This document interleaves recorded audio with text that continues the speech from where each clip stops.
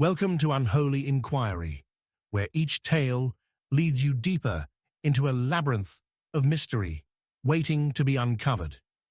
This time, join us as we delve into Hercule Poirot and the Last Guest at Hawthorne Hall, a fan-crafted story that pays homage to the genius and sophistication of Agatha Christie's iconic detective Hercule Poirot. We are thrilled to have you with us on this captivating journey.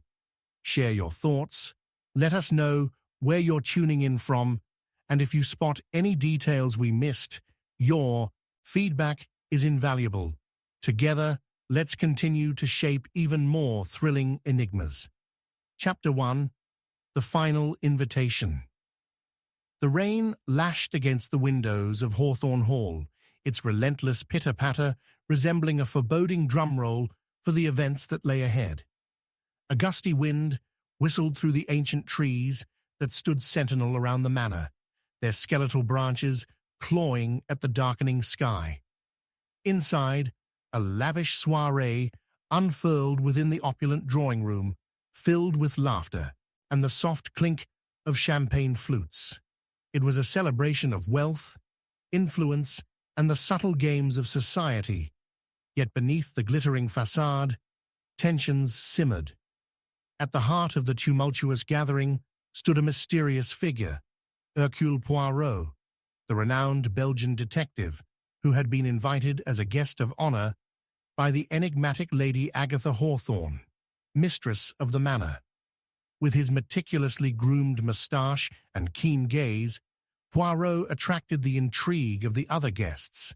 They whispered fervently, wondering why a figure of such repute was gracing them with his presence. Poirot, however, was acutely aware of the unspoken secrets that lay hidden in the very walls of Hawthorne Hall. As the clock struck 9, a sudden commotion erupted from the hallway, a blood-curdling scream that sliced through the atmosphere like a sharpened blade. Conversation fell silent, laughter wavering into shocked gasps as a young woman, pale as the moonlight that cut through the heavy curtains, burst into the drawing room. "It's Charles," she exclaimed, her voice quivering. "He's dead." A wave of panic surged through the guests, faces morphing from festive delight to horror. Poirot's sharp mind whirred into action. Charles Radcliffe, a wealthy businessman and a frequent guest at Hawthorne Hall, had arrived only that evening. Not even an hour since his controversial arrival had incited whispers of illicit dealings and rivalries at the gathering. The guests rushed towards the source of the scream, the atmosphere suffocating with apprehension. They found themselves in a lavishly appointed study, the door firmly locked from within. The very air thickened with a sense of dread as Poirot, stepping forward, dispatched a servant to procure a skeleton key from Lady Hawthorne. While they waited, Poirot examined the door with intense scrutiny, his keen eyes discerning the faint signs of a struggle. The subtle indentations near the doorknob, the hastily scattered papers on the mahogany desk, and a distinguished black bowler hat that lay abandoned on the floor, all clues that whispered untold tales of violence and confusion. Once the door was unlocked, Poirot entered the study, followed closely by the guests. The room revealed a chilling tableau. A lifeless Charles Radcliffe sprawled across the plush carpet, his shirt soaked in crimson, a single bullet wound in his chest. The sharp click of Poirot's heels echoed in the silence, broken only by the stifled gasps of the onlookers. "Mon Dieu, what a tragedy," Poirot murmured, lowering himself beside the body. He observed closely, noting the position of the body, the coolness of flesh, and a strange absence of panic in Charles's expression. But there was no sign of a weapon, no indication of a struggle beyond the chaos of the disheveled room. He was killed knowing, perhaps, the end was nigh. An odd statement, but one that reflected the detective's immediate suspicion of premeditation. A locked room. Clearly, the murderer must still be among us, Lady Hawthorne cried out, her pale visage betraying not sorrow, but the starkness of the situation. Poirot raised a finger, silencing her and the others. Patience, my dear Lady Hawthorne. The case is hardly solved by alarm alone. We must unravel the tapestry of your evening. Who shall we begin with? The guests clamored to speak, voices rising high in a cacophony of outrage, fear, and, in some, hidden vindication. One figure stood out amidst the mayhem. Miss Eleanor Hawthorne, Lady Agatha's younger sister, known for her ethereal beauty and rare moments of temper. She stood by the window, her fingers trembling on the frame, as she gazed outside toward the downpour. Her eyes shifted with an unsettling mixture of concern and something else, perhaps guilt. What were you doing just before the scream, Miss Hawthorne? Poirot's voice cut through the chaos with precision. Why, Eleanor hesitated. I stepped outside, away from the raucous guests. I needed air. You must know, Poirot, my brother and Charles were, well, they were not on the best of terms. Poirot's brow furrowed in thought, meticulously piecing together the fragments of the night. Un ami du passé, n'est-ce pas? What did they quarrel about? One mustn't overlook lingering resentments during a night of revelry. Business, as always. Charles' schemes of expansion while we... Her voice tailed off, and Poirot perceived a deeper hurt in her gaze. A jealousy, perhaps. A need to protect the family legacy. Ah, mon ami. Family ties, they can bind or they can strangle. Poirot turned to the others. Who among you claims to have seen our dear Charles in the moments leading up to this grievous event? That would be me, interjected a chiming voice. It was Lord Wentworth, a close friend of Radcliffe, who wore an inscrutable expression. I was discussing the new railway line with him. He became irate over my critiques of his business approach, but we parted on amicable terms. I assure you, Poirot, I held no malice in my heart. Poirot's gaze narrowed upon him as he remembered Radcliffe's bowler hat upon the floor. A juxtaposition, Lord Wentworth, to be irate and then amicable. Next time, my friend, try the normal way. A little less theatrical presentation will pass less notice, he replied, with pointed intensity, sending ripples of unease through the air, yet his thoughts meandered back to Eleanor, where the deepest mysteries remained shrouded. The tension escalated as Poirot pondered his next moves, weighing the words of the guests and their alibis, a turbulent storm raging both inside and outside the hall. He felt the strain of what he had previously deemed an inconsequential gathering converging into a throbbing web of secrets and promises, veiled in violence. Suddenly, amidst the ignoble weeping and the harangue dialogue, something caught his eye. A single, delicate white glove, resting atop the desk, tainted by only the slightest smudge of red. As gasps filled the room, he straightened, excitement coursing through his veins. This was something unmistakable, something crucial. And as he lifted the glove, delicately with the tip of his fingers, the thunder outside echoed his very thoughts. The storm had only just begun, and the hidden invitations of the night were merely the first steps towards an unfathomable truth. The clock ticked ominously in the background, and Poirot felt the electrifying thrill of the chase deepen within him. Every mind in the room, a potential criminal, every life intertwined, every motive concealed, as he turned towards the guests, meticulous and fiery in his intent. Mon ami, it is clear. We are not merely guests here tonight. We are participants in a most dreadful game, and I fear the final invitation has just been delivered. Chapter 2. A Night of Deception. The storm outside continued its relentless assault, torrential raindrops splattering against the grand windows of Hawthorne Hall as if carrying secrets from the darkened sky. The guests, now gathered within the drawing room, fidgeted uneasily, their once cheerful demeanor dissolving into a maelstrom of apprehension and fear. Hercule Poirot stood amidst them, the glint of determination in his keen, almond-shaped eyes, holding the delicate white glove with its sinister touch of crimson.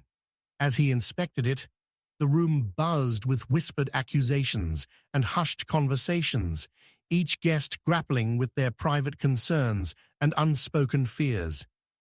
"Lady Hawthorne," he began, looking up and fixing his gaze on the hostess, "tell me, did Lord Radcliffe wear this glove?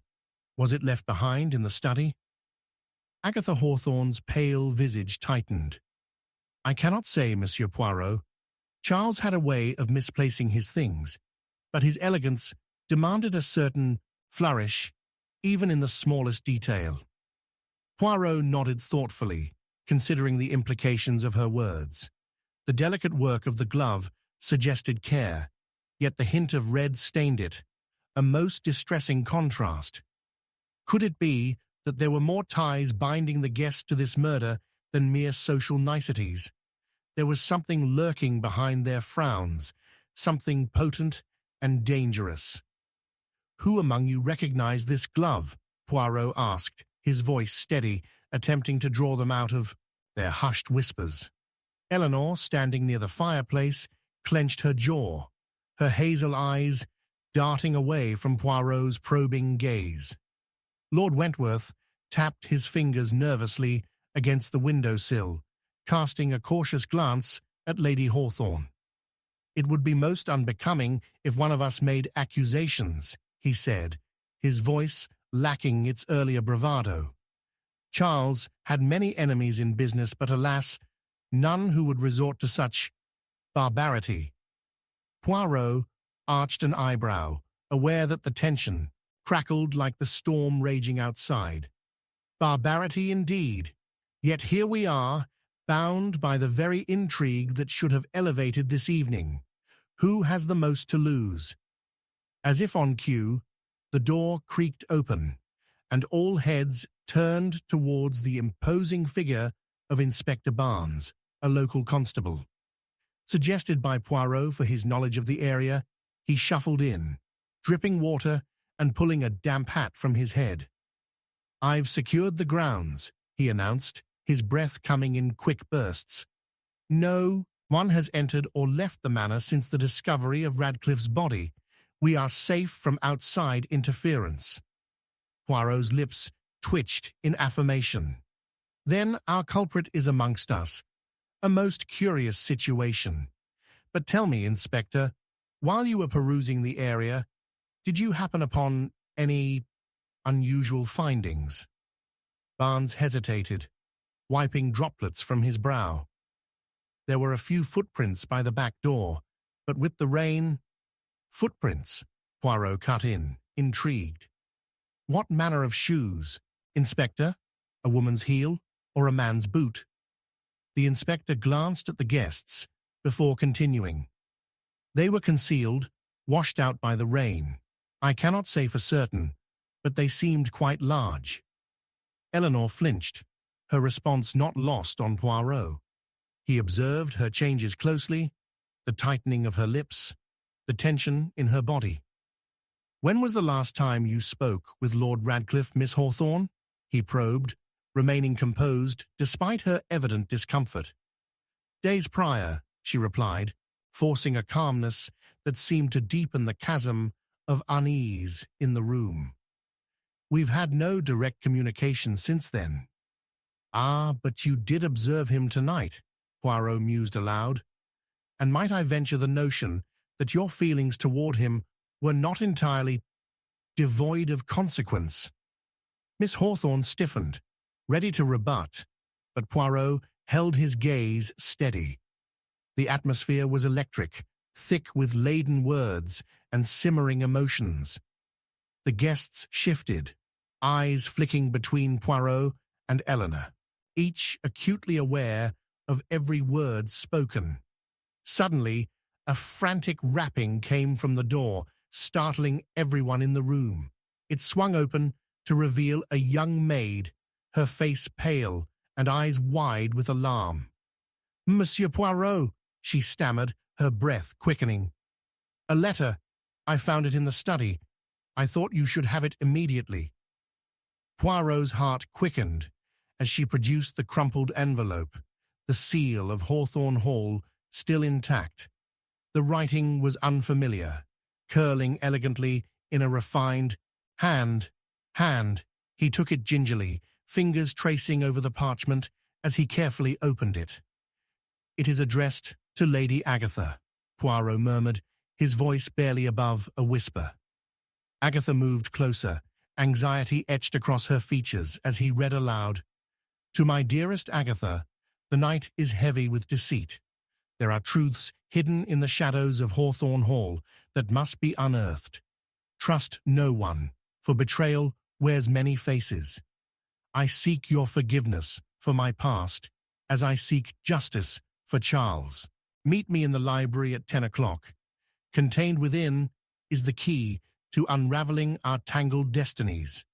Poirot glanced at the clock on the mantel, its hands ticking ominously toward 10. A rendezvous in the library, an insidious invitation amidst this chaos, he mused, folding the letter carefully. And yet, a warning laced within.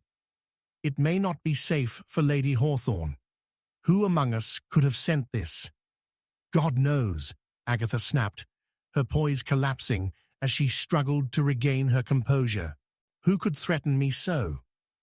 I am in no condition for games." "Games, my lady, are what we find ourselves in," Poirot replied, his gaze sweeping over the guests. "But we must move quickly, for this night unfolds with greater peril than we have yet perceived. Secrets lay buried among us like shadows, and we shall ferret them out." As he prepared to leave the drawing room, Poirot paused. Eleanor's face revealed a depth of conflicting emotions, fury mingling with despair, as if she struggled against an unseen current. A sudden realization washed over him. She was not merely a victim of the ensuing chaos, but a tenacious player in its game. "Whatever has transpired tonight will not remain in the vaults of silence," Poirot warned, his voice firm as he turned. "I suggest each of you reflect on the evening's events, for someone among us may yet hold the clue to Charles Radcliffe's death, and we are swiftly approaching the hour of reckoning." With that, he stepped into the corridor, the energy of the storm pairing with the tension in his mind. The library awaited, drenched in mystery and revelation. As he passed the darkened windows, the thunder rattled like the echoes of hidden truths clamoring to emerge. There, in the tempest of deceit and anxiety that enveloped Hawthorne Hall, the stage was set, and the actors' scripts were poised to be rewritten. With every heartbeat, tragedy awaited, and Poirot could not help but feel that the climax was at hand. Time may have been slipping through his fingers, but he would ensure it did not escape the grasp of justice. Chapter 3. The Deadly Alibi. The rain pelted against the windows of Hawthorne Hall, casting the grand manor into a blur of shapes and shadows. Each crack of thunder felt like a drum roll, heralding the arrival of tension thick enough to slice through. Hercule Poirot stood amidst the guests gathered in the drawing room, the delicate white glove now laid upon the table, its red stain a silent witness to the tragedy that had unfolded merely hours prior. The whispered conversations fell away, leaving only the pulse of a heavy silence that hung like a shroud over the room. With focus cut sharper than a knife, Poirot scanned the faces of the gathered guests, each one more enigmatic than the last. "Mon ami," he began, fixing his gaze on Lord Wentworth, "you claim no malice. Yet why, I wonder, would a satisfied business partner express ire? It implies connections beyond mere industry." The words lingered in the air, palpable and laden with meaning. "I would hardly call it ire," Wentworth protested, his voice strained. "Charles was merely passionate about his ventures. Such discussions are common in our circles." Yet his eyes darted, betraying an undercurrent of unease. Poirot turned to Lady Agatha, who stood rigidly beside the fireplace, her hands wringing themselves as the weight of his scrutiny fell upon her. "And what of you, my lady? Did you see anything amiss in the manner of your husband this evening, or perhaps earlier?" She started, her voice trembling slightly before she collected herself. Charles, as always, was in high spirits. He was excited about his plans for the railway, his future, only to be struck down in the midst of it. But Poirot's keen eyes noted the flicker of something deeper. Was it fear, regret, that passed briefly across her features? "Eleanor," he pressed, drawing the attention of the young woman who had remained silent, absorbing the tension around her. "What of you? Surely you have seen more than your fair share of your family's dynamics. You must have insights regarding the guests tonight." Eleanor's hazel eyes darkened momentarily, her grip tightening around the hem of her dress. "I cannot speak to what I do not know, Monsieur Poirot. Love and strife do not announce their arrival." She averted her gaze, embarrassment burning across her cheeks. A sudden thought flitted through Poirot's mind, predicated on her words. What if it were Charles's love that led to his demise? A man can become blind with jealousy, can he not? The room shuddered beneath his insinuation, and the tension morphed into something more palpable. "Jealousy?" Wentworth scoffed, the bravado returning to his tone. "Hardly. He had no reason for such frivolities, nor did any of us wish ill upon him. But the way he said frivolities contained a hint of something more precarious, a slip of a masking truth." Poirot nodded, perceiving the knots of untruth wrapped tightly around them. "Very well, we must seek the truth in a more straightforward manner. Who among us seeks a hidden path? It may lead to discoveries that we—" The distant echo of a creaking floorboard interrupted him, drawing all eyes toward a shadowed corner of the drawing-room. Suddenly, Inspector Barnes reappeared, dripping with rain, yet carrying a newfound urgency in his posture. "I must report. There are hidden passages in this house, masterfully concealed. I stumbled upon one in the servants' quarters." "Hidden passages?" Lady Agatha's voice trembled, a mix of horror and intrigue springing forth like a gusher. "Are you certain?" "Yes, my lady," the inspector said, catching his breath. "It appears to lead to various areas of the estate, including the ground floor. It explains how someone could come and go unseen." Poirot's mind revved, gears clicking together as he pondered this new angle. So, there lies our potential murderer, a phantom to all but those who know the secrets of Hawthorne Hall. Who, other than the staff, would even dare to tread such a route without observance? "I can assure you it is not merely the servants who know these paths," Eleanor interjected, her voice steady, despite the weight behind it.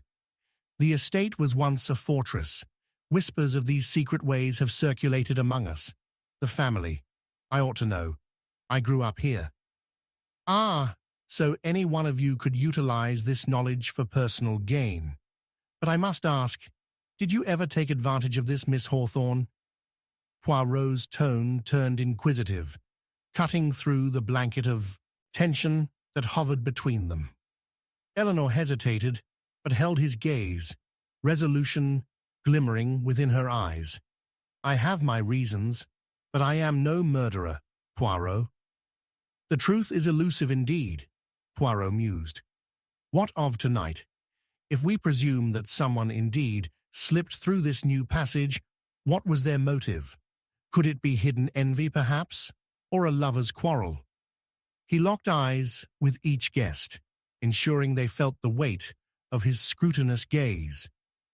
"Our alibis must hold fast, then, lest we appear as suspects," Wentworth observed, his facade of bravado crumbling slightly. "Perhaps we should brief one another. We can verify our actions during the time of death." "Yes," Poirot nodded emphatically. "A most sensible move." His keen intellect spun dangerously in circles, digging into their psyche, reflecting light onto their shadows. As the guests began their recounting, Poirot observed the subtle nuances, the tremble in Agatha's grip upon her pearls, the guilt darkening Wentworth's brow whenever Lady Hawthorne was mentioned. Patterns began to thread together, unveiling a deeper complexity veiled behind their civility. "The broken glass found by Radcliffe's body," Poirot began, speaking into the chatter as he focused on a detail that had sparked in his mind. "It was from a decanter, not of the study, but the library itself. I surmise it was there the confrontation took place." Inspector Barnes, who had been observing, nodded in agreement.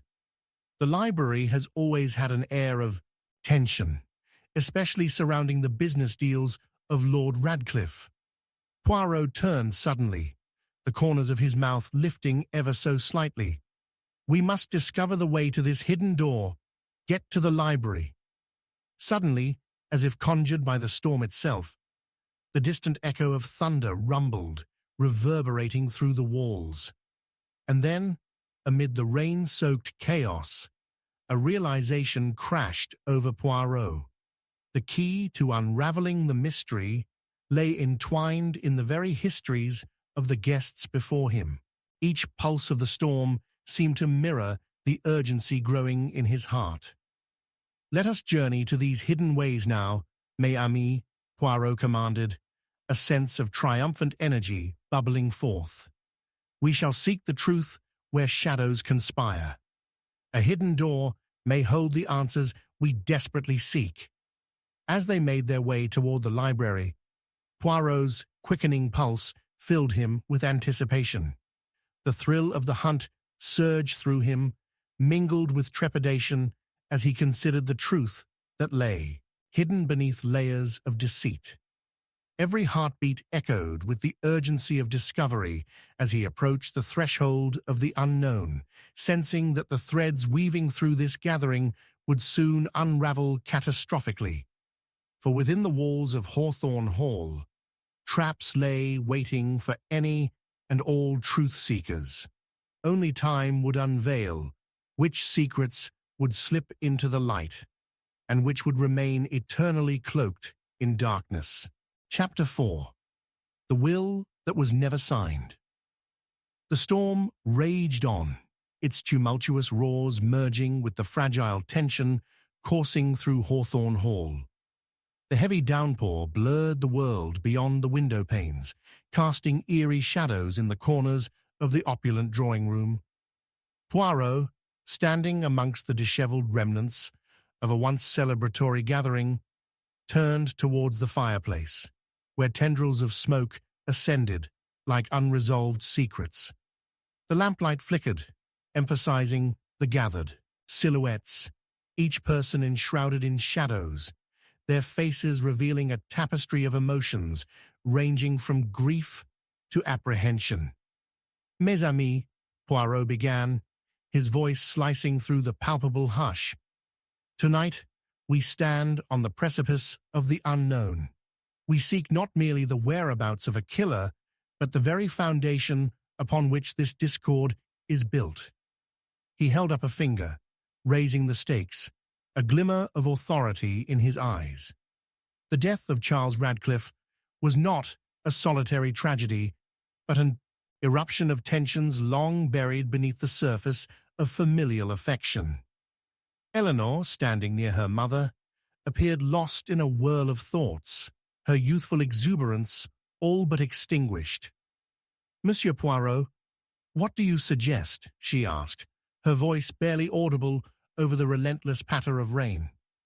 At that moment, Poirot's attention shifted to Lady Agatha, who had taken a step back, her hand clutched to her chest as if protecting a precious secret. "My lady," he prompted, "there are whispers of a will that may hold the key to understanding your husband's fate. Tell me, was there perhaps a document unfiled, a promise made, that now bears the weight of remorse?" Agatha's eyes widened, and for a fleeting moment they glimmered with something akin to fright. A will? Charles had spoken of changes before the storm came. He wished to revise certain arrangements.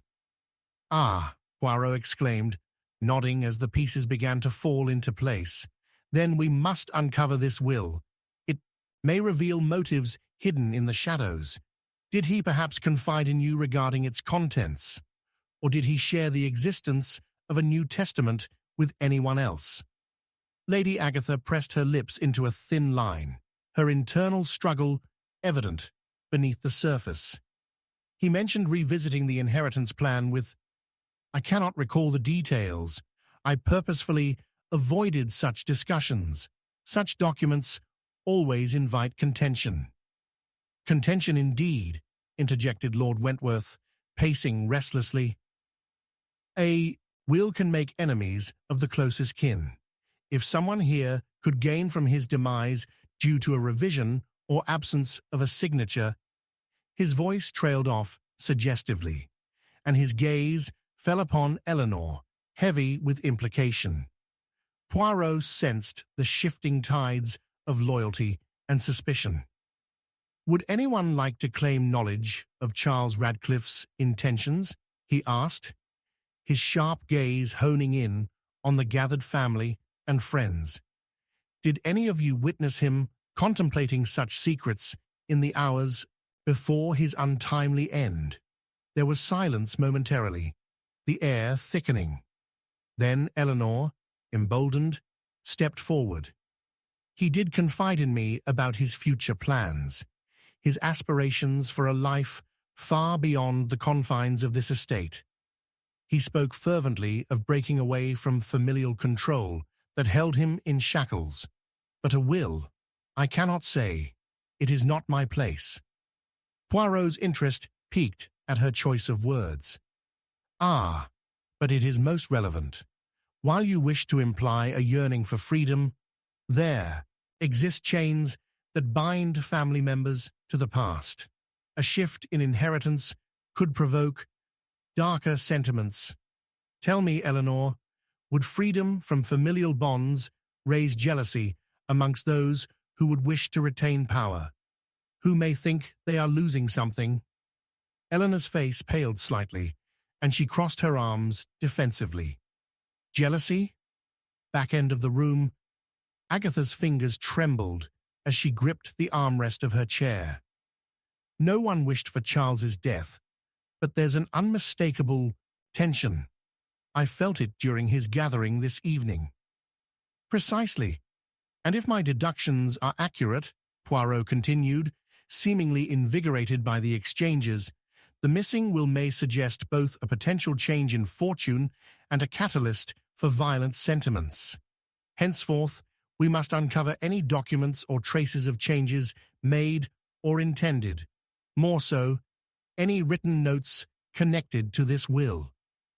"What a ghastly revelation!" Lady Agatha gasped, her voice a tremor of horror. "If there were indeed no signed papers, then what would happen to our estate?"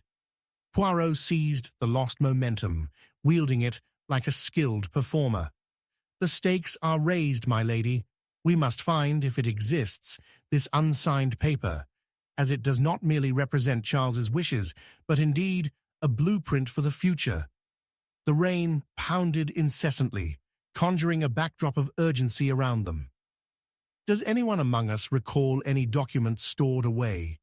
Poirot queried, narrowing the circle of suspicion as he regarded each individual.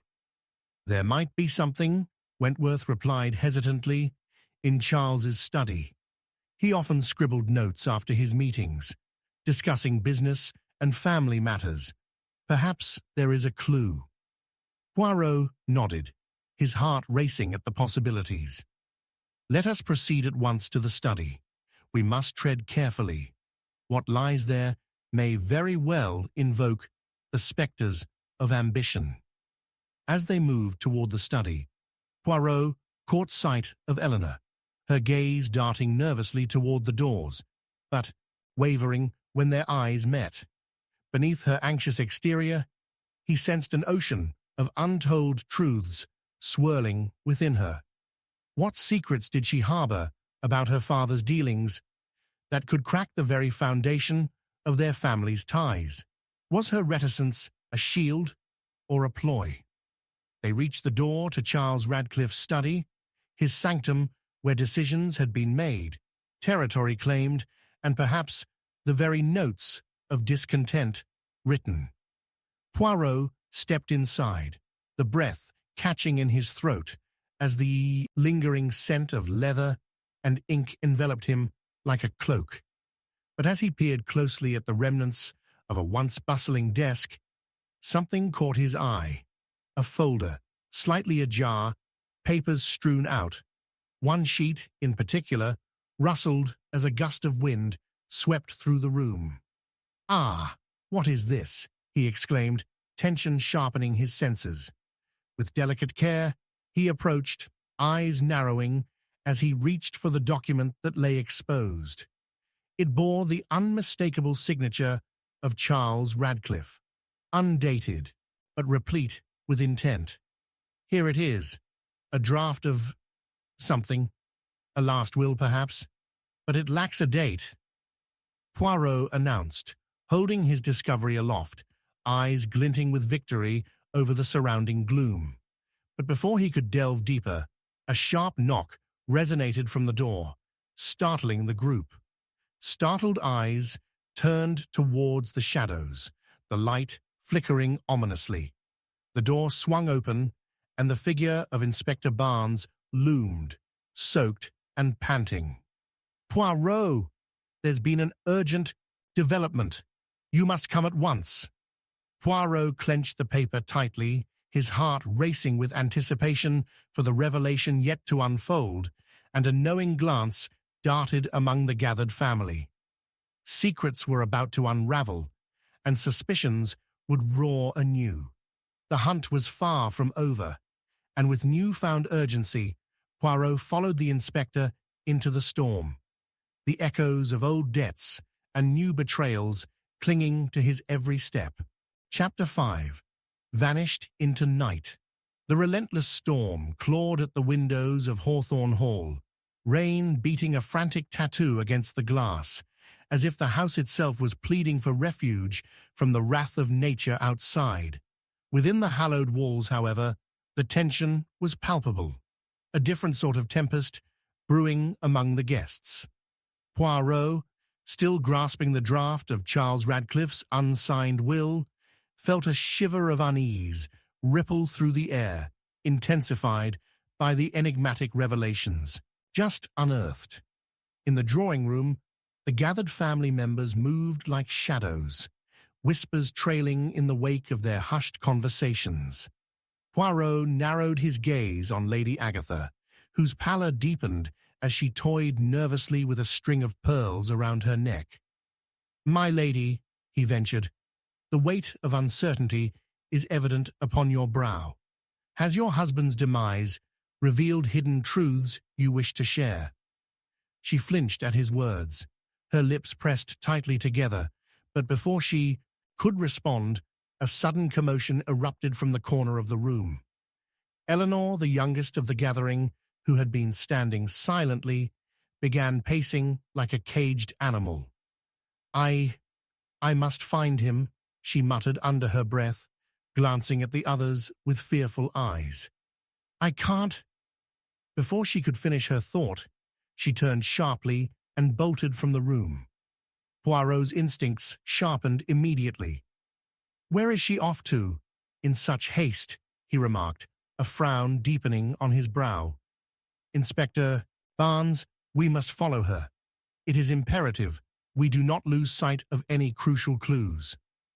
Barnes nodded, anxiously pulling at his sodden coat and swiftly making his way after Eleanor.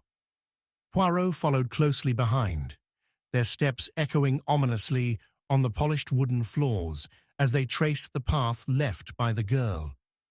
She had slipped through the door, leading into the dimly lit corridor, and a flicker of fear threaded through Poirot's mind. What urgency propelled her to flee? And was there something or someone she sought that could hold the key to their investigation? "Eleanor," Poirot called, his voice steady yet firm. "Please do not act in haste. We are all searching for answers." There was silence at first, and the distant rumbling of thunder served as the only answer. Yet suddenly, from the shadows, emerged a figure, a tall silhouette bathed in the flickering light of the corridor's sconces. It was Lord Wentworth. His brow was furrowed, and he appeared genuinely unnerved, a stark contrast to his earlier bravado.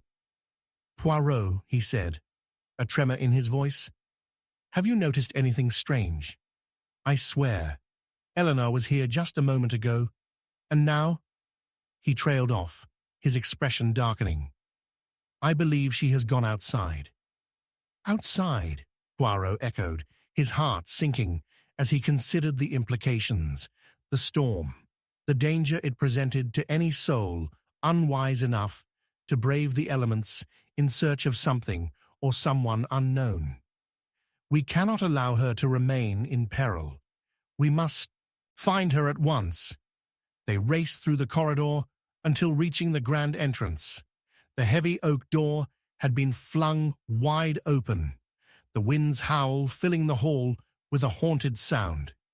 Peering out into the rain-soaked night, Poirot felt a sudden chill as the moonlight momentarily broke through the clouds, illuminating the garden path that stretched ahead. But Eleanor was nowhere in sight. "Search the grounds," Poirot urged Barnes and Wentworth, his voice sharp as glass in the thunderous ambience. "I shall check the library." Perhaps she sought solace among the shadows of books and history. The men hastily nodded and rushed off, leaving Poirot at the threshold, his resolve hardening. The faintest pang of dread anchored itself deep within him. What truths might reveal themselves if they were too late? Turning back into the hall, Poirot's mind raced alongside the thunder. Why would Eleanor venture out into the tempest? Had she stumbled onto a hidden truth, or was she merely fleeing from an unbearable tension suffocating their gathering? He moved through the flickering shadows that danced along the library walls, the air heavy with the smell of damp wood and aged paper. Each step drew him closer to a realm of secrets waiting to unravel. He scanned the room, his eyes landing on the broken glass from the decanter, just visible beneath the mantel. A violent confrontation had transpired here, and the air still crackled with its remnants. As he stepped into the center of the room, his gaze snapped to an open window where the curtains fluttered wildly, welcoming the storm's intrusion. Something glimmered out in the darkness, a reflection that caught his eye as he approached. It was a silvery trinket, an item partially ensnared in the roots of a shrub just outside, glimmering with the feeble light of the moon. "Mon Dieu," he whispered, recognizing the delicate shape. It was Eleanor's locket, intricate and familiar.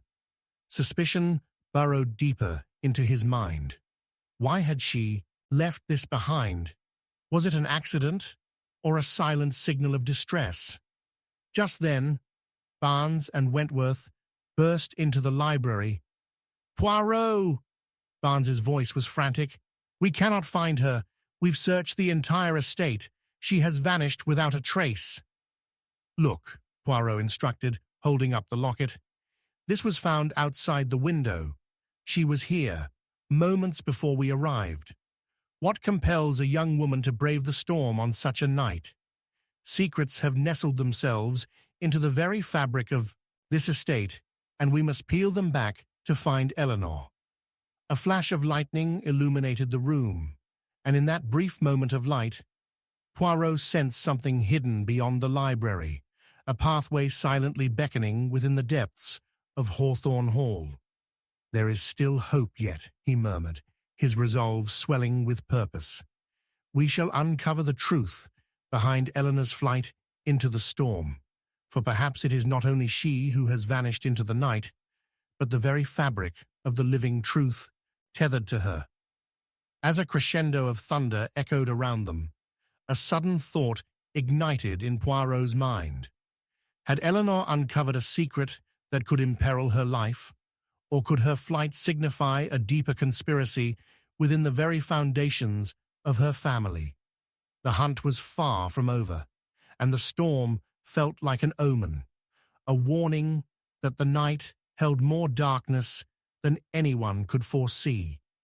They would search, they would unravel, and above all, they would discover what lurked beneath the surface before the darkness consumed them all. Chapter 6. The Shadows of Hawthorne. As the storm howled outside, a singular clap of thunder echoed through the grand library, causing Poirot to startle, his heart racing. He had an uncanny feeling, as if the tempest held secrets hidden beneath its violent facade. The room, illuminated only by the flickering of oil lamps, cast long shadows over the shelves, creating eerie shapes that danced along the walls, shadows as elusive as the truth he sought. Poirot's gaze flitted to the broken glass on the floor, his mind racing. This incident, he knew, was more than mere coincidence. It bore the weight of dread hidden in the corners of Hawthorne Hall. He needed to piece together the last moments of Eleanor Radcliffe before she vanished. As he stepped forward, his foot barely grazed the soft rug, drawing his attention to a small, inconspicuous detail. A corner of the mantel, slightly ajar. A glimmer of golden wood peeked through, echoing a whisper. Was there a secret compartment within this ancient library? With a careful hand, Poirot pried it open. The creaking wood released an air of mystery, as if its voice long remained dormant.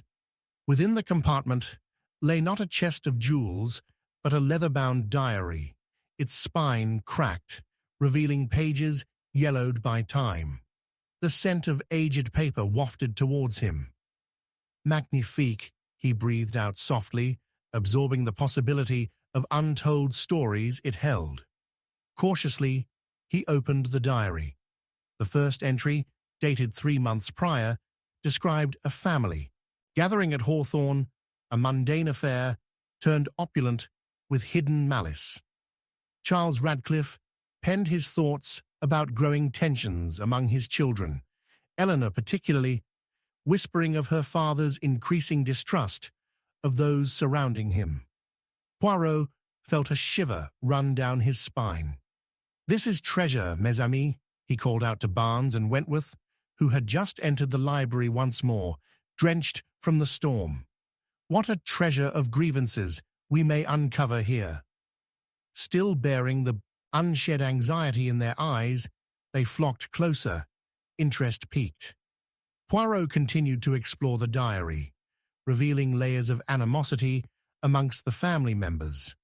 One mention detailed a long-standing feud between Charles and Lord Wentworth, built upon envy and rivalry in both business and familial affection.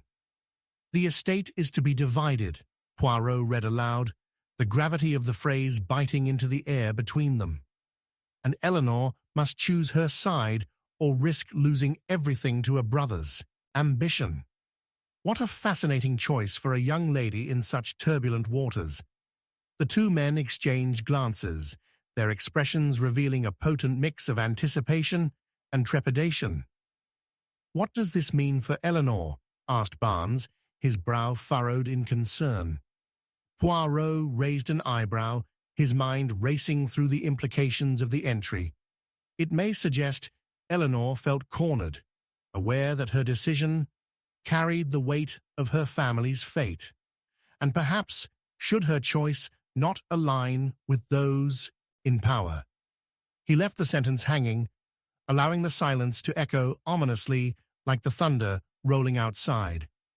Wentworth, suddenly pale, stepped closer, his voice barely a whisper. "Wealth and legacy drive people to madness, Poirot. But there is more. This entry must not be taken lightly." The diary continued, capturing fleeting sentiments, forged in familial bonds under strain. Yet, like a shadow creeping across the page, different entries revealed darker truths. Secrets of infidelities, jealousy disguised as feigned affection, and lingering regrets wrapped tightly around the relationships. A particular entry caught Poirot's attention, detailing a confrontation with Lady Agatha, a moment so fierce that it sent ripples through the family. "I shall not have you steal my children's inheritance," she had shouted during a lavish dinner, her voice like steel, laced with panic. "I know of your plans, Charles," he read, "and eclipsing shadows shall fall on us all if you do not recall your place." "Mon Dieu," Poirot murmured, the implications cascading through his mind. Lady Agatha, too, must play a critical role behind the scenes. But suddenly, an unexpected sound interrupted his thoughts. Heavy footfalls emanating from the corridor. Poirot's instincts kicked in, urging him to remain silent, to listen with bated breath. From the shadows emerged Eleanor, sopping wet, her hair plastered against her face, breathing heavily as if grappling with the grasp of fear itself. The young woman stood just outside the doorway, her eyes wide like a deer caught in headlights, fraught with the urgency of her unuttered fears. "Eleanor!" Poirot exclaimed, relief washing over him as he stepped toward her, keen to mask the urgency of their collective tension. "You returned? But where have you been? You eluded our pursuit. What drove you outside?" "I wanted to escape." Her voice shook, quavering as she spoke. From their whispers, their accusations.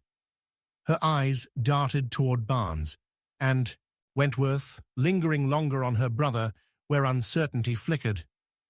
"I could not bear it. The accidents, they seem to follow us."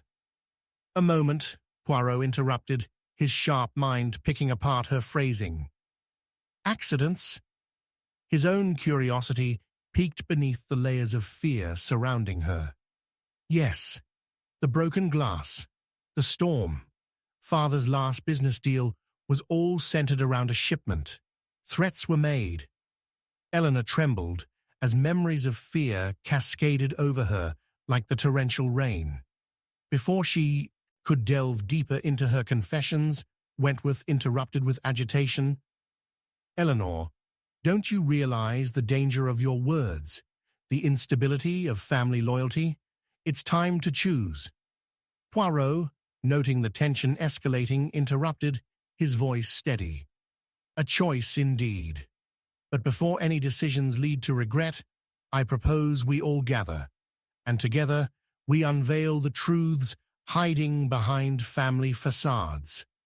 At that moment, the tempest outside seemed to match the turmoil within, allowing Poirot to sense a convergence of fates, a final piece yet to emerge from the shadows. The diary in his hand could unlock more, a cascade of secrets that either dismantled family ties or enshrined them deeper within the darkness. Suddenly, a detail flickered across his mind. He recalled the signature on the unsigned draft of Charles Radcliffe's will. Was it possible that this diary would reveal if that will had ever sought to divide or destroy? As the rumbles of thunder crescendoed and the lights faltered, Poirot understood one immutable truth. The night was dark, but the dark contained promises of revelation. The whispers of the Radcliffe family were far from over. It was time to confront the shadows of Hawthorne Hall and reveal the heart of the enigma swirling within them all. The hunt for the truth had ignited, one they would pursue until the last flicker in the storm. Chapter 7. A Whisper from the Dead. The storm raged on, a cacophony of wind and rain, as Hercule Poirot stood in the dimly lit library, aware that the tempest outside was barely rivaled by the turmoil brewing in Hawthorne Hall. The shadows cast by the flickering oil lamps danced ominously against the damask wallpaper, and his thoughts lingered on the recent revelation of Eleanor Radcliffe's plight. Just as he contemplated their next move, an unsettling sound pierced through the noise of the storm, a low, mournful wail that echoed from somewhere deep within the bowels of the manor. "Did you hear that?" Barnes remarked, his face drained of colour, glancing toward the sources of the haunting sound. "A most peculiar sound indeed," Poirot replied, his sharp mind already racing to connect the disquieting noise to the growing tensions of the family. "It seems even the walls of Hawthorne have secrets to share." Eleanor, standing silently beside them, took a step back, her agony evident.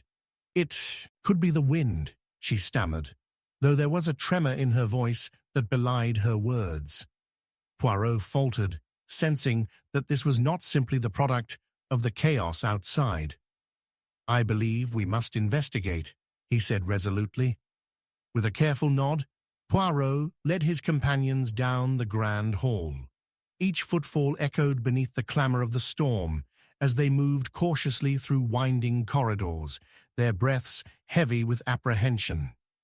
They reached an ancient oak door at the end of the hall, its paint chipped, revealing layers of history beneath.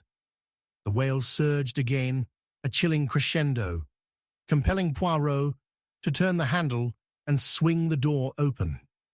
Inside was a forgotten sitting room, untouched by time, but clouded with a thick layer of dust. The air was heavy, almost crackling, an oppressive weight in the silence that followed the storm outside.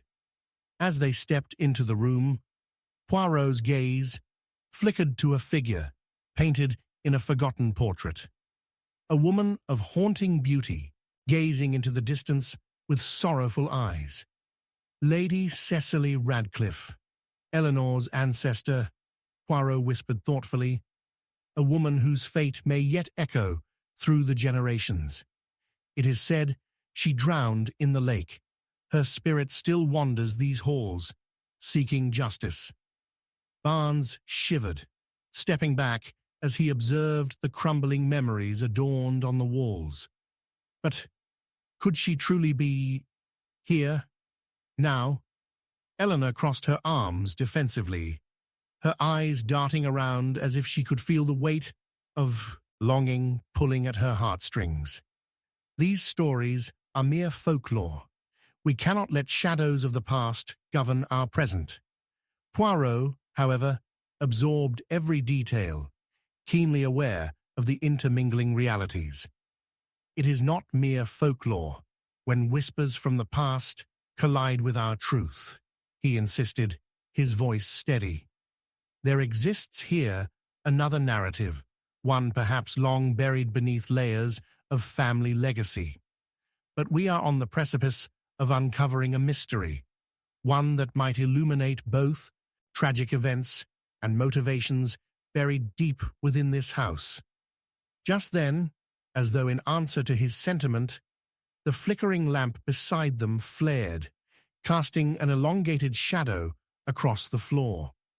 Poirot's eyes narrowed as he caught sight of a small lump poking out from beneath an old chair. He knelt, and with a gentle push, revealed a worn leather diary, a striking resemblance to the one he'd found earlier in the library. He held it up, watched as the light glinted off its cracked surface. "Ah, a twin of the other, perhaps," Eleanor gasped. "I didn't know about this one." As Poirot opened the diary, the pages crinkled in the stillness. The yellowed words spilled tales of heartbreak and unfulfilled desires. An entry dated a fortnight before Lady Cecily's untimely end caught his eye. "The truth I unearth is buried beneath layers of deceit. I must confront them all. The lies they weave bind us to pain." Poirot's heart quickened. These words resonated with the present turmoil drenching the Radcliffe family. Was this foretelling of fate, or merely an echo of fear? Perhaps if Lady Cecily was led to her fate by the machinations of those she trusted, Wentworth murmured, the breathless quality of his tone reflecting his mounting unease. It could parallel Eleanor's plight. She was fleeing from family whispers, awash with duplicity. Eleanor caught his gaze, the vulnerability of her expression intertwining with a flicker of realization. "Are you suggesting someone might want me dead, just as they did Lady Cecily?" Suddenly the door behind them creaked and swung open, and they turned to see Agatha Radcliffe, her expression a tempest of confusion, anger, and sorrow. "What are you doing here? What madness has swept the household?" Poirot respected her fierce demeanor, even as he saw the underlying fear. The shadows of her family engulfed her. "We seek clarity in the dark, madame," he replied, studying the trembling woman. "And it seems, like Lady Cecily, you bear the mark of secrets long hidden." Agatha's face blanched as she stepped back, her heart racing. "By what right do you disturb these memories? My family's fate is not yours to unravel." But Poirot pressed forward, his fingers tracing the diary's worn pages. "It seems the past demands to be heard. It speaks yet again, perhaps revealing more than we first anticipated." At that moment, the storm outside reached a fever pitch, shaking the very foundations of Hawthorne Hall. The tension in the room coiled as Agatha's composure began to fray. I must speak to my brother. Charles must decide how to proceed." But just as she turned to leave, a searing flash of light illuminated the room, revealing a hidden note lodged beside the diary, a note bearing the handwriting of a trembling hand. Poirot's pulse quickened as he reached for it. The words etched in fear revealed a name not yet connected to the murder, one that could change everything. As the power flickered and silence once more enveloped the manor, Poirot felt the weight of the note heavy in his grasp. This was it, the threshold between past and present, revealing not just who may have killed Lady Cecily, but suggesting who among them was no longer who they claimed to be. "Ladies and gentlemen," he announced, the gravity of his tone quaking the very air. "The truth is upon us, but before it is fully revealed, we must gather once again and confront our demons. A whisper from the dead beckons us deeper into this darkness." With the storm howling outside, representing not just nature's fury, but the unveiling of decades-old secrets, Poirot understood they had but touched the surface. A revelation was looming, and the foundations of Hawthorne Hall would tremble under its weight, leaving them with one dreadful question. How far would they go to protect their legacies from the truth, even if it meant confronting the demons of the past? Chapter 8. The Confession Overheard. The tempest raged as Hercule Poirot descended the grand staircase of Hawthorne Hall, the creaking of the floorboards beneath his polished shoes mingling with the furious howls of wind outside. Glancing momentarily at the portraits that adorned the walls, glorifying ancestors and gilded moments of familial pride, he was keenly aware that beneath their smiles lay secrets best left undisturbed. The flickering candlelight illuminated dust motes swirling in the air, emphasizing the opulent decay of the manor. Just then, a loud clap of thunder reverberated through the hall, causing Poirot to stop momentarily in his tracks. Eleanor Radcliffe's anxious face floated into his mind. A whirlwind of emotions had occupied her demeanor, highlighting both fear of truth and her effort to break free from the suffocating legacy of her family. He could not shake her last words. The accidents, they seem to follow us. Unraveling that deeply woven tapestry of deceit felt imperative, yet the diary he held promised more than mere familial critique. It hinted at darker, twisting motives obscured by the rain and shadows.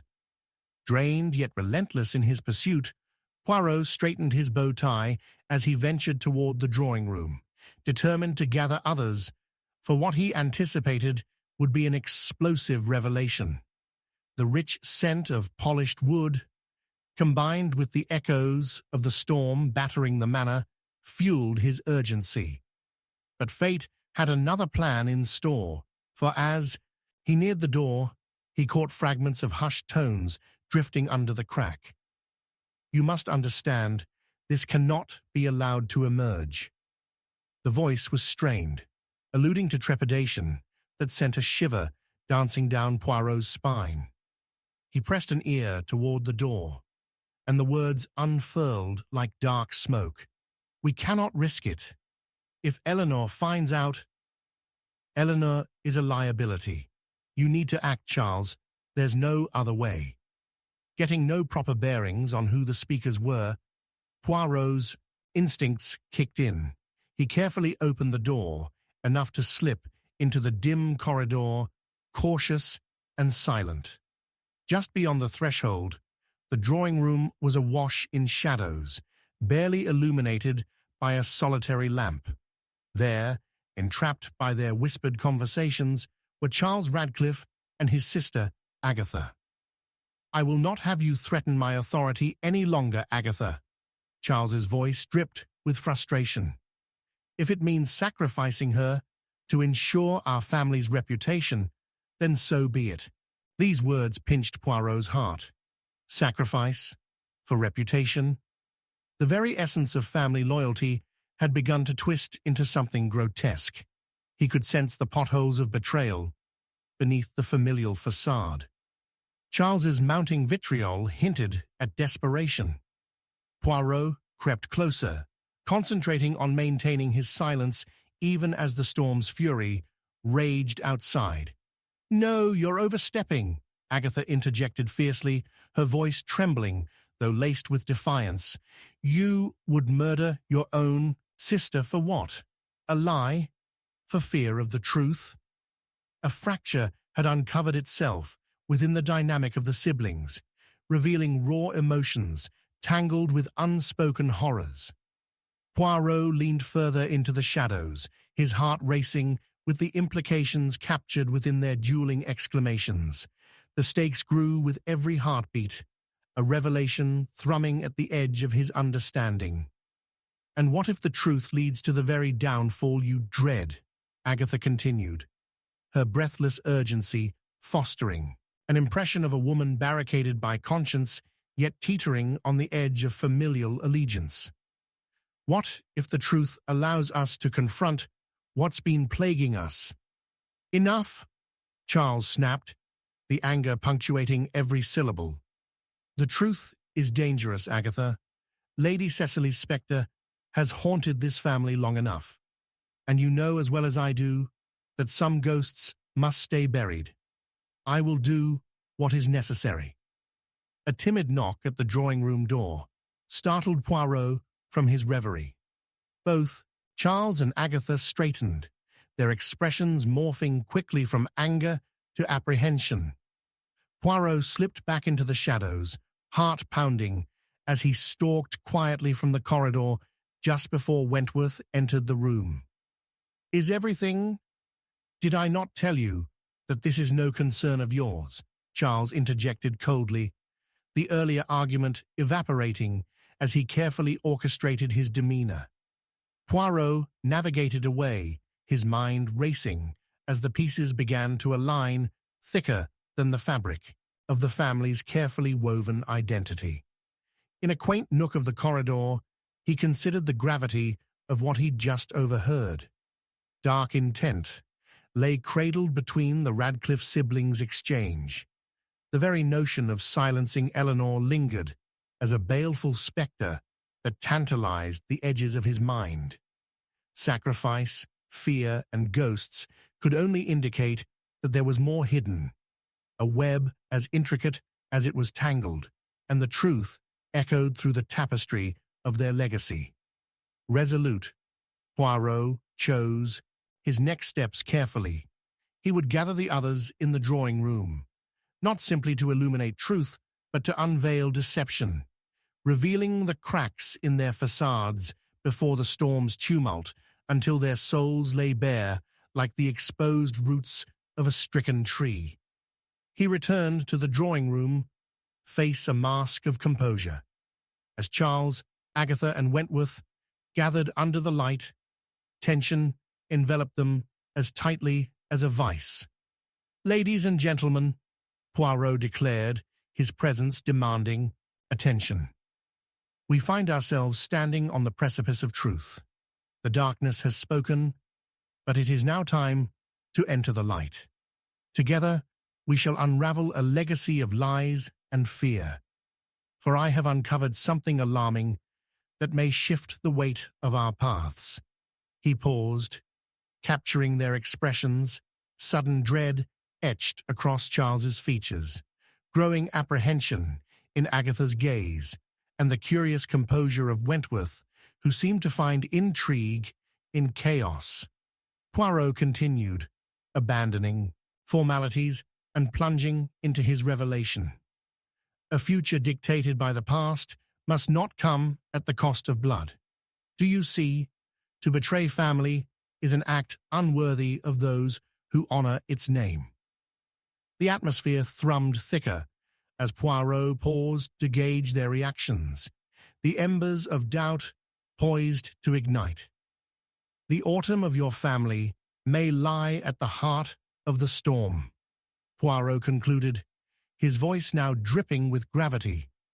Gathering all eyes present, he inched closer to the ultimatum that had been ignited by his perusal of the diary hidden among the secrets.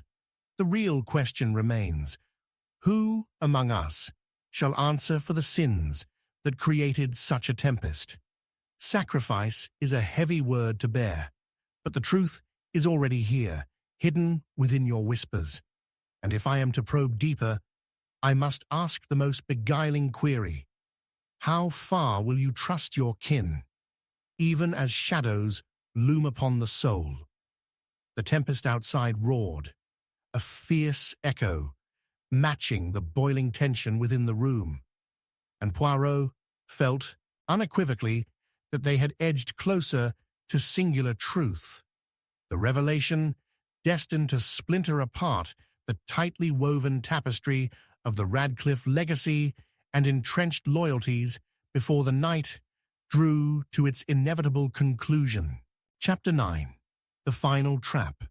The relentless rain lashed against the somber facade of Hawthorne Hall, each droplet merging with the shadows of the manor, weaving a tapestry of gloom within the elegantly appointed drawing room.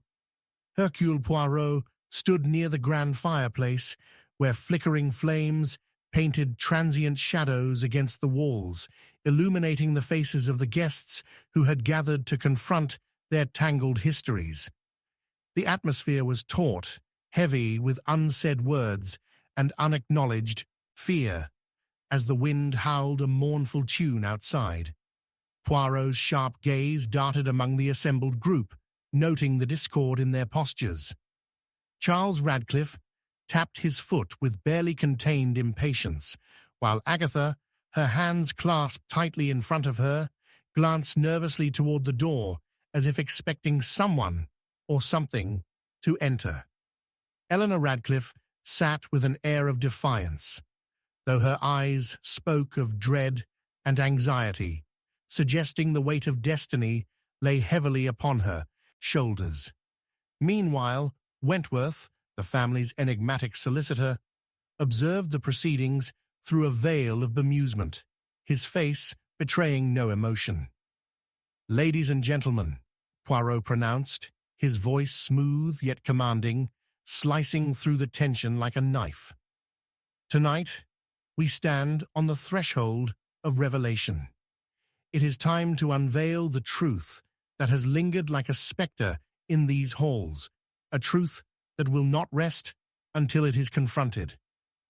The guests shifted uneasily, the storm outside reverberating through the manor, a fitting backdrop for the tempest of emotions brewing within. Poirot surveyed their faces, keenly aware of the knowledge each carried and the secrets they desperately wished to protect. He knew that it was imperative to draw the murderer out from the deceptive calm, and this gathering would serve as his trap, carefully crafted to entangle the guilty while revealing their tangled motives. "Let us speak plainly." Poirot's gaze lingered on Charles, whose hands were balled into fists. "It is clear that the shadow of Lady Cecily's death chills your household profoundly. You, Charles, seem willing to go to great lengths to protect your family's name. But tell me, what are you truly afraid of? The fateful love that linked you all?" Charles's face reddened, a mix of anger and guilt flickering in his eyes. "Enough of your theatrics, Poirot. You speak as if you know the truths we hide, but you have no grasp of the consequences your prying will bring." "A bold statement, mon ami," Poirot countered, his eyes narrowing. "But perhaps you underestimate my motives and those who dare defy me." He gestured to the others softly, his tone shifting into something more intimate. "The truth is like spilled wine, a vivid stain that cannot be ignored. Eleanor, do you not wish to liberate yourself? Find peace after so many terrible years? What say you to your brother's claims?" Eleanor's countenance fell, and she straightened under Poirot's probing gaze. "I have my own life, Hercule Poirot. It is the past that binds us all now, past sins, unresolved grievances."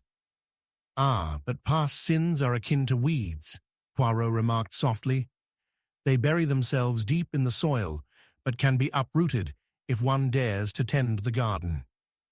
As the tension thickened, Agatha's voice rose, trembling yet laced with conviction. "You think you can frighten us with your words, Poirot. This grasp of fear over family loyalty is a blight. We are bound by blood, not shackled by lies." "Then let us draw upon that blood," Poirot replied, feeling the pulse of conviction surge within.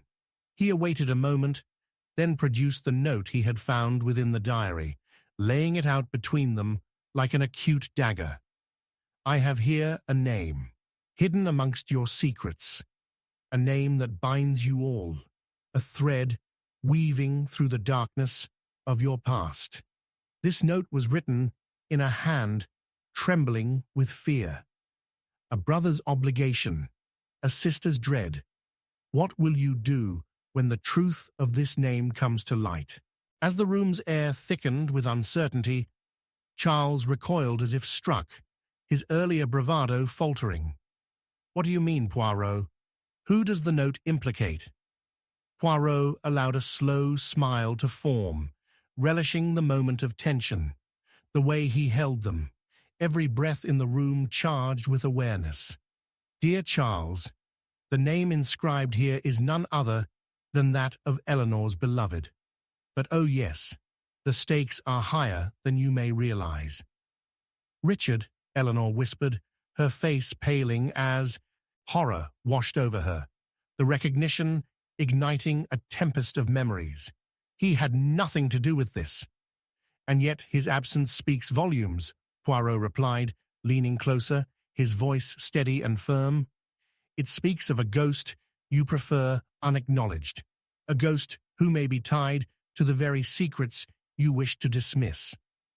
Stop this charade, Agatha interjected, but Poirot raised a hand, silencing her. Tell me, Charles, are you so desperate to protect your name that you would sacrifice your sister, or worse? Poirot's voice was sharp, cutting through the haze like a police whistle. What price do you place upon blood? Would you erase the very memory of Lady Cecily? Charles gripped the mantelpiece, knuckles pale. You cannot level these accusations with any truth, Poirot. Enough of this. We are not on trial here. But perhaps you are, Wentworth breathed, the grim facade of indifference slipping as he leaned forward. The way you speak, one would think you have something to hide. Poirot seized the opportunity, his eyes alight with determination. Exactly. Let us unearth the truths that slumber beneath your proud facades. The victims' voices demand recognition, do they not? He pivoted sharply, letting his gaze flick from one to the other as he unveiled threads yet untouched.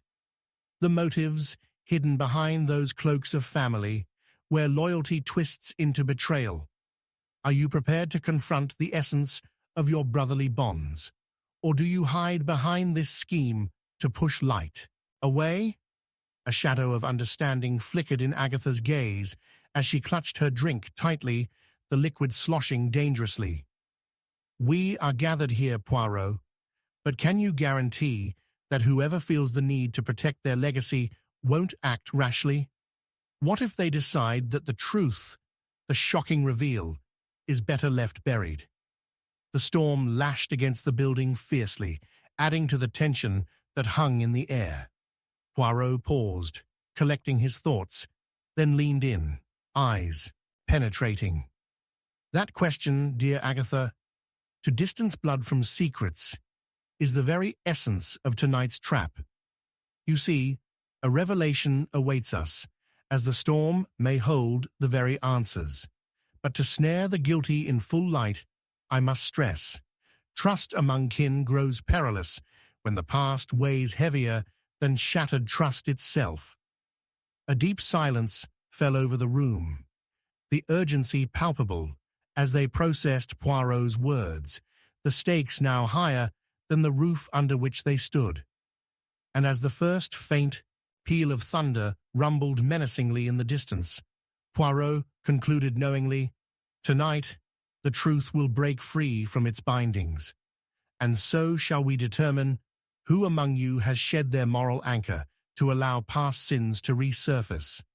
Await the dawn, for it will unveil more than shadows.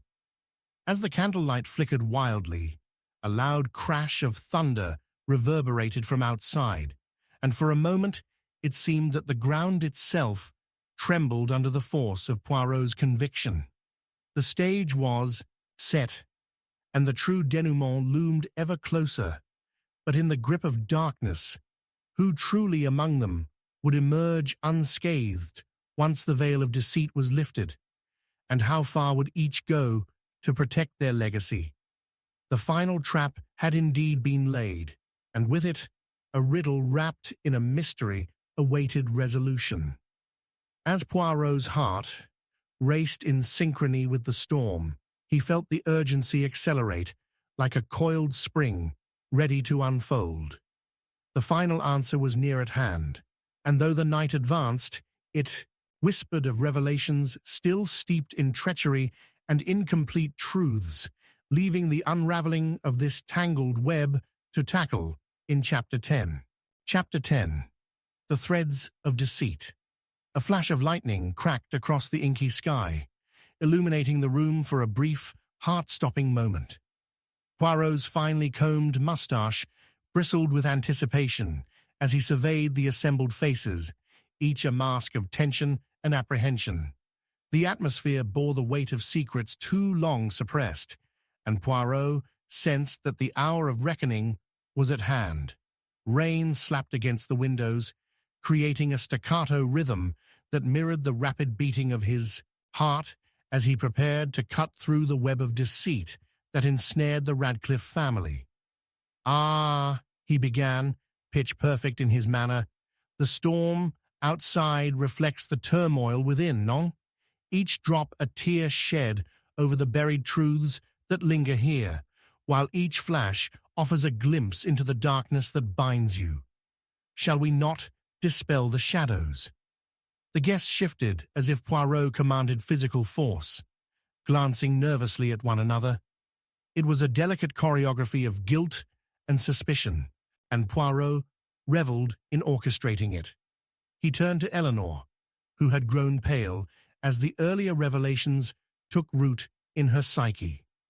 "Mademoiselle Radcliffe," he said, his voice low and coaxing, "I implore you, delve into the past that haunts you.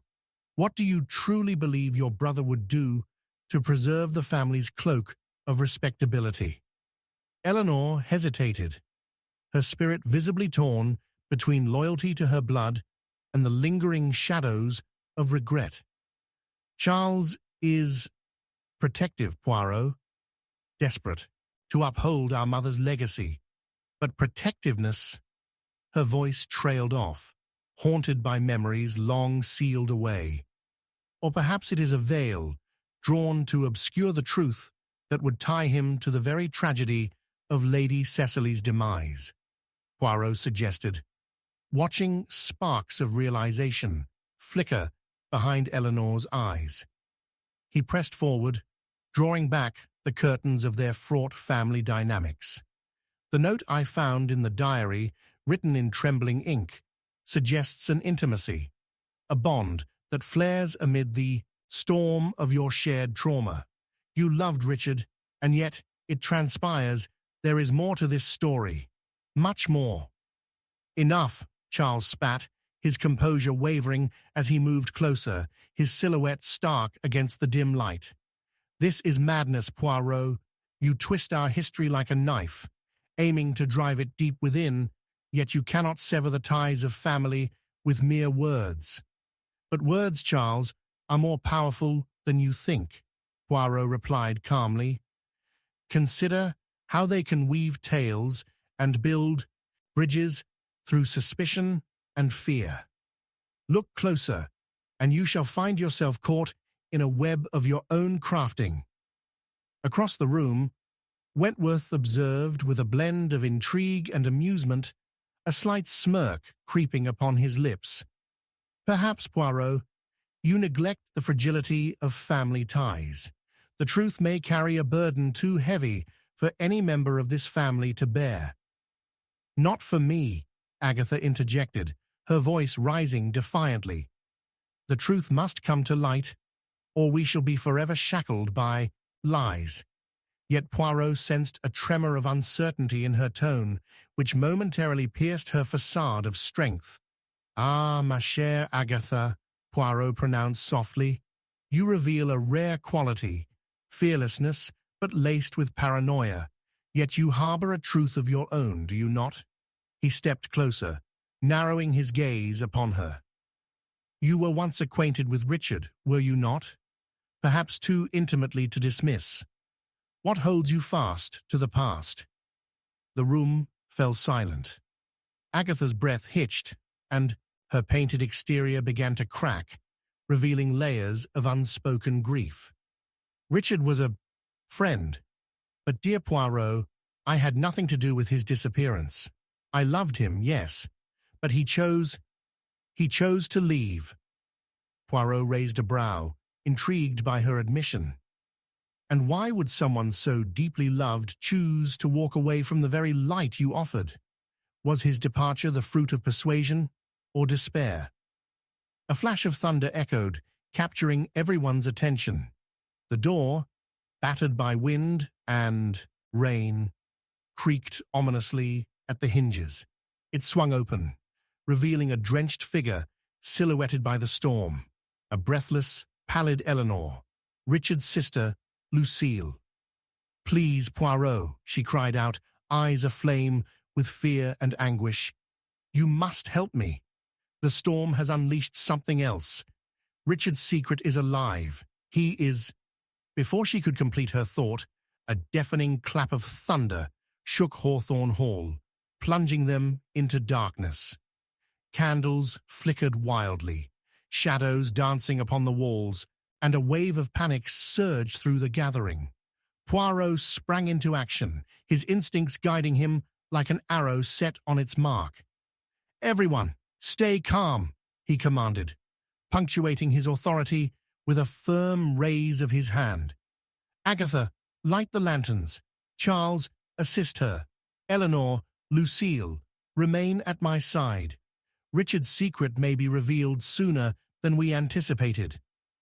The room was ached with tension as they stumbled through the darkness, whispers of fear rising like phantoms amongst them. Agatha lit one lantern after another, casting an eerie glow that flickered over the guests' anxious faces. Poirot directed the light toward the group gathered in a tight cluster, his eyes sweeping across their expressions, each a reflection of fear, dread, and anticipation. Suddenly, as if on cue, another bolt of lightning illuminated the drawing room, and Poirot's gaze fixed upon the fireplace mantel. There, visible in the blinding flash, lay an object more telling than words, a glimmering brooch, unmistakably of great significance and buried amongst a few clattering coins. "Ah, Miss Agatha," he exclaimed, his voice rising with sudden clarity. "Do you recognize this?" Agatha gasped, color draining from her face. "That, indeed, a familial token, surely. What does it signify in the grander tapestry of your treasured kinship?" He took a step forward, heart racing with the thrill of discovery and the implications that would follow. As the candlelight flickered to life around him, Poirot studied the room once more. The look on Eleanor's face spoke volumes, a revelation dawning beyond fear that mirrored every other secret presented that night. Secrets began to untangle, and the threads of deceit, once woven so tightly, began to come apart. "Let us consider the implications of the past," Poirot proposed, his voice steady amidst the whispers. "The journey to uncovering the truth must tread carefully through the labyrinth of inheritance and betrayal." As murmurs began to ripple through the group, Poirot forged forth, relishing the twists, placing them ever closer to revelation. A mere piece of jewelry, or the key to a life unsolved? He leaned forward, eyes shining bright. "The dawn is soon to light our path, for innocent blood does not fear the unveiling of truth. But it requires that those who cherish their names are prepared to unveil their deepest wounds." A soft gasp escaped the lips of his audience, each moment trembling on the precipice of confession. Poirot's shoulders squared. He could feel clarity swimming into focus, where mere seconds thrummed with promise. And then a small sound broke the spell, a faint sob from Eleanor. "We can't go on hiding, Poirot. You must help us unravel these threads of deceit before it's too late." Outside, the storm began to relent, its fury waning much like the facade of secrets held in the room. Poirot smiled knowingly, heart racing at the prospect of what lay just beyond. "Ah, mes amis, take heed, for the storm may yet reveal its final secrets, and it is in these very threads that the truth lies, woven together in tangled destinies. The game is far from over." And in that singular moment, as the flickering lanterns cast shadows over anguished faces, Poirot felt the coming dawn whisper of revelations, fearful yet liberating, that would irrevocably change the lives entwined within Hawthorne Hall. The threads of deceit were close to unraveling, and soon they would confront the ultimate truth. Candlelight shimmered as dawn approached, darkened by the remnants of night, a lingering promise of answers in the shadows. With a final sharp intake of breath, Poirot knew they were set to unearth a truth that would reverberate through generations to come, rippling through the very fabric of their existence. At that moment, he was more certain than ever. The core of their past would soon rise to the surface, unveiling the intertwining fates that would lead seamlessly into the next phase of this dangerous game. And yet still they stood at the precipice, desperately grasping toward revelation and the answers it would hold for the dawn that approached. As storm clouds gave way to a fragile morning light, none within that haunted hall could predict the emerging truths lurking just beyond their grasp. Each heart thudded with the syncopated rhythm of anticipation as Poirot closed in on the unraveling of the tangled web, laying bare the jagged consequences intertwined with their legacies. Chapter 11. The last piece of the puzzle. As dawn crept into Hawthorne Hall, the storm outside gave way to a dogged rainfall that pattered against the windows, echoing the deep-seated turbulence inside. Poirot stood in the drawing-room, lanterns casting flickering shadows over the distressed faces of the Radcliffe family and their guests. The brooch lay on the mantel like a glimmering eye, a sentinel keeping watch over the frayed nerves of everyone gathered. The secrets entwined within the Radcliffe lineage had been laid bare throughout the tumultuous night, yet the final twist was still shrouded in the last vestiges of obscurity. Eleanor, from a distance, appeared a spectre of disquiet, her clasped hands trembling in front of her. Poirot could sense the weight of her regrets, much like those heavy clouds earlier, hinting at the storm that followed. "Mademoiselle Radcliffe," he began, his voice gently coaxing her, "one more truth must surface. You spoke earlier of Charles's protectiveness, but consider, I sense deeper currents at play. What if it is you, in fact, who carries the greatest secret?" Her eyes widened, betraying a blend of anxiety and hope. I have done what I could, Poirot. I thought my brother only wished to safeguard our mother's memory." "Yet," Poirot interjected, "guarding her memories will not suffice in the face of truths that threaten to unravel your very existence. It is your heart, your past entanglement with Richard, and perhaps your own choices that loom large. I ask you again, what was the nature of your bond, and what of Richard's devastating absence?"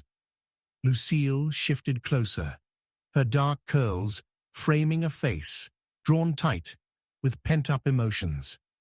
"No matter how it may seem, dear Poirot, Richard was not ever absent. He was forgotten. So many lives shadowed by regret, the weight of secrets lost in the folds of time." Her voice trailed off, a thread of bitterness calculated and self-inflicted. "Ah, but the past is not so easily forgotten," Poirot interjected smoothly, his mind racing through the litany of clues that, like brushstrokes on a canvas, sought shape within the chaos. "You said he was alive, Lucille. What do you know? What did Richard leave behind that has only come to light now?" A pause settled, heartbeats echoing in the silence, before Lucille ventured. "He confided in me once. There were more buried truths, a financial contract, an inheritance clause hidden deep within the family's affairs. It spoke of something terrible regarding Lady Cecily, something our family would be ashamed to face." "An inheritance clause?" Poirot's brow furrowed. "One that surfaces amidst socialite troubles? Might Richard have discovered this, and in trying to protect you all?" The realization sparked bright as the dawn at his back. He was silenced. The room recoiled from his assertion, faces dulled by the weight of his words. Each guest bore witness to the ghost of menacing truths floating through the air. "Poirot, must you be so reckless, so overt?" Charles snapped, his previous composure teetering on the brink. "Accusations on so slender a thread?" "Ah, mais non, mon ami," Poirot countered, stepping forward with a precision that rendered the distance between them stark. With each brush of the fatal hand, a backdrop of betrayal unfolds, revealing a deeper motive. "Charles, surely you have chased shadows since Richard disappeared. You cannot seal your heart in self-righteousness. Look beyond. You are not the only one desperate to keep up appearances." A fleeting glance passed between Agatha and Eleanor, an unspoken exchange of realization that hovered just beneath the edges of their hushed breaths. "Do you mean to say, Poirot, that it was not merely Richard's legacy that drew ire, but the burden of guilt surrounding that alleged clause?" Agatha posed, her eyes shimmering with a mix of fear and determination. "Precisely.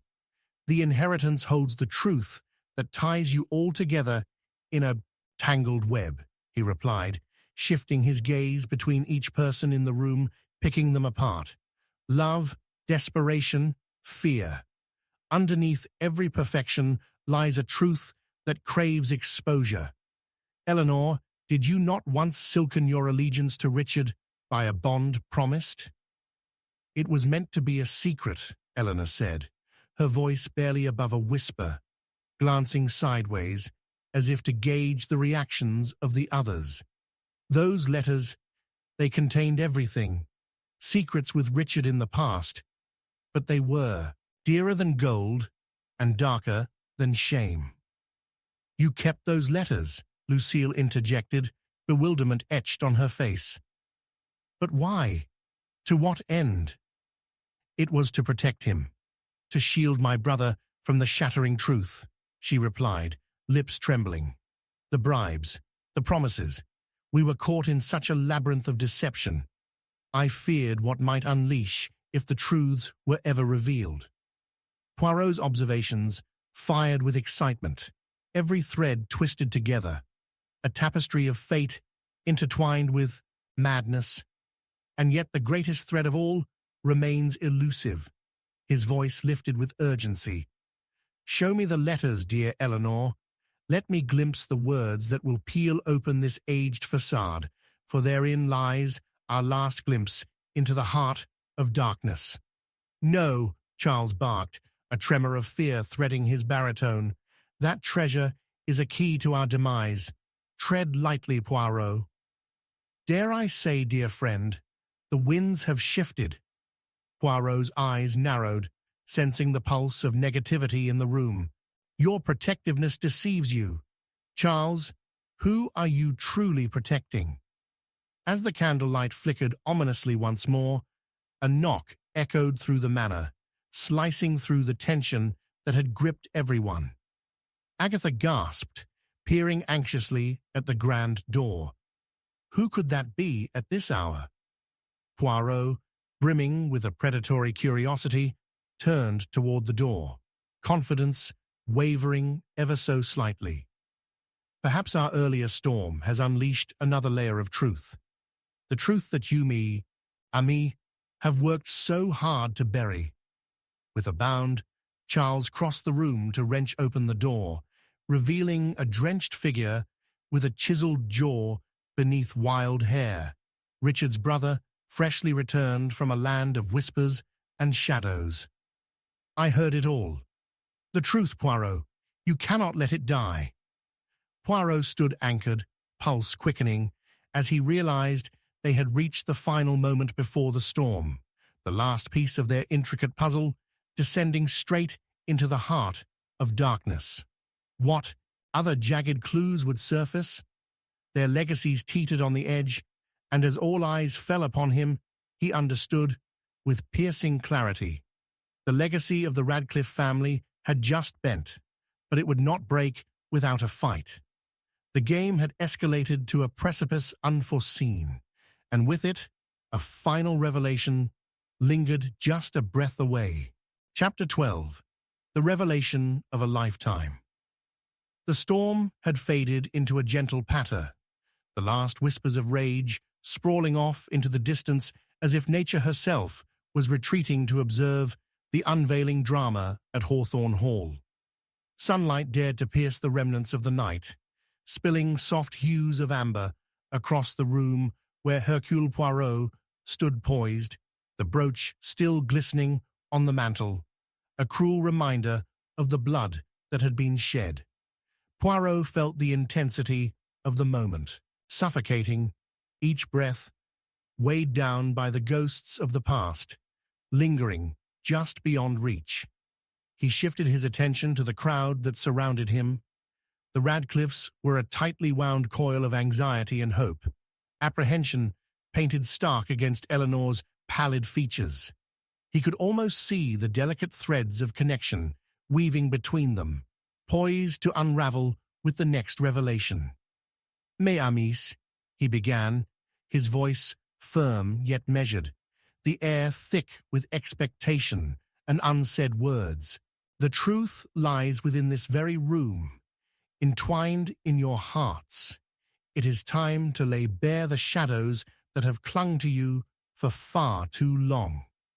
He noted the way Eleanor's breath quickened, her fingers squeezing the fabric of her gown. With the dampened air heavy with secrets, Poirot's mind danced through the clues that had plagued him for days. Richard, absent yet omnipresent, a memory shrouded in sorrow and resentment, he mused, looking into Eleanor's wide eyes. "And now, dear Charles, you have returned, pulsing with haste, drawing breath to reveal the truth.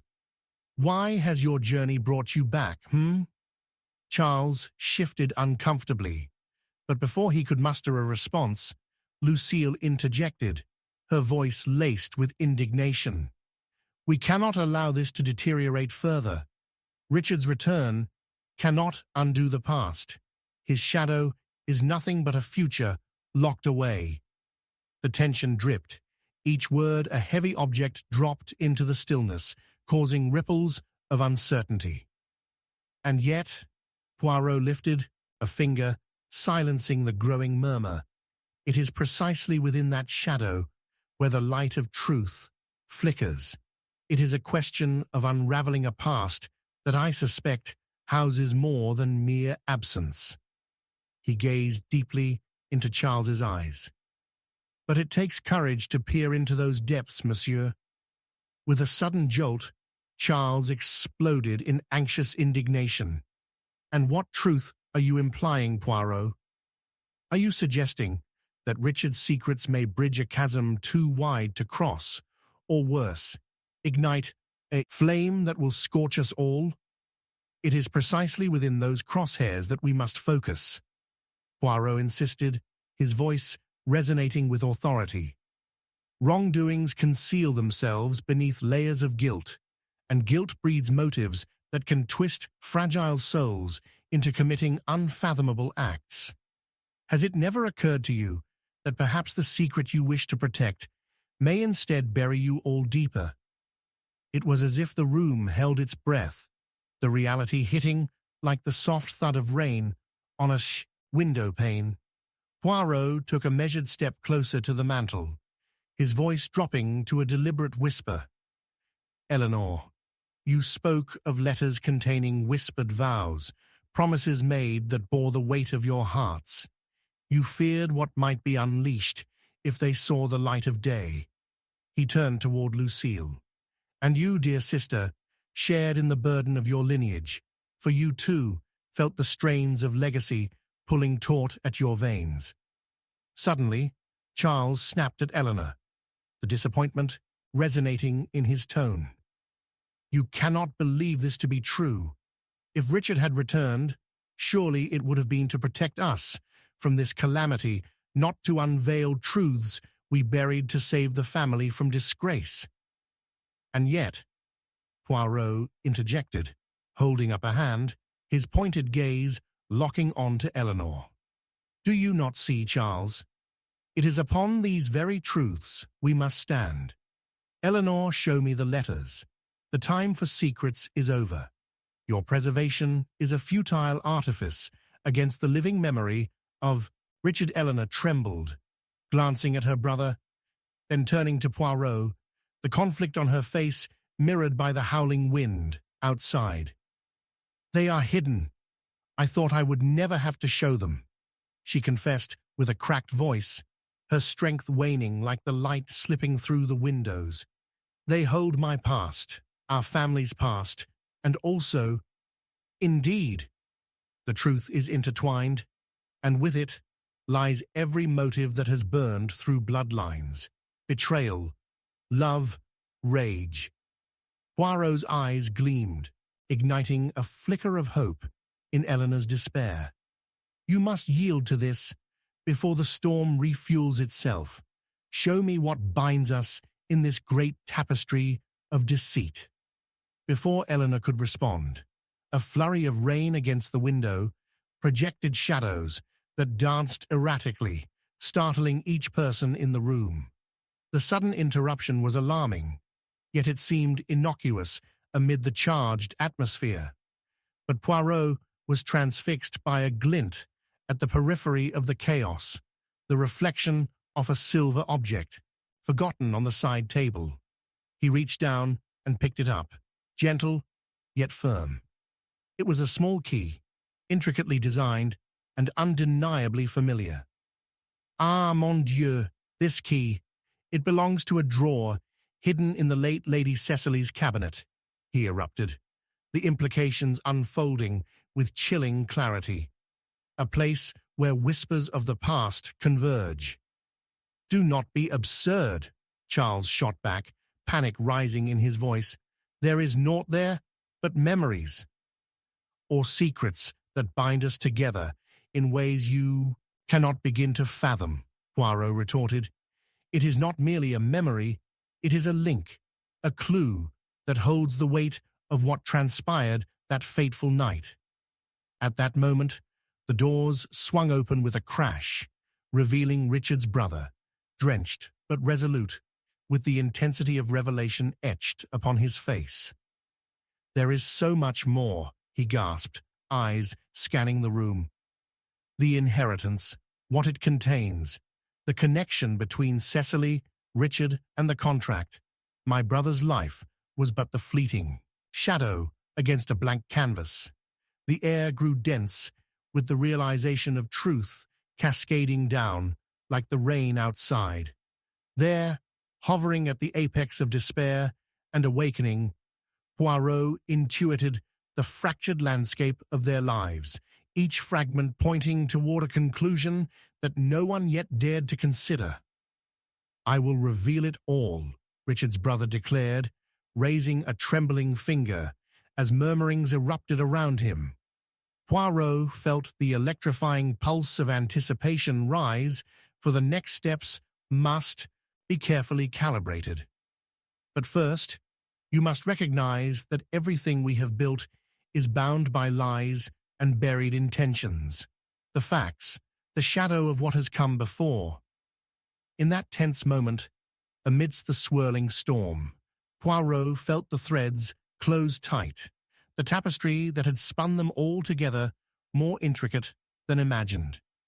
"Then let us step forth into the heart of darkness, for the morning shall dissolve the shadows if you would only take my hand," he urged, drawing everyone closer to the precipice of revelation. But before anyone could respond, a chilling thought gripped Poirot's mind. Could it be that they were not just custodians of truth, but also its very architects? The rhythm of the storm picked up again, foreshadowing that the final act was yet to unfold.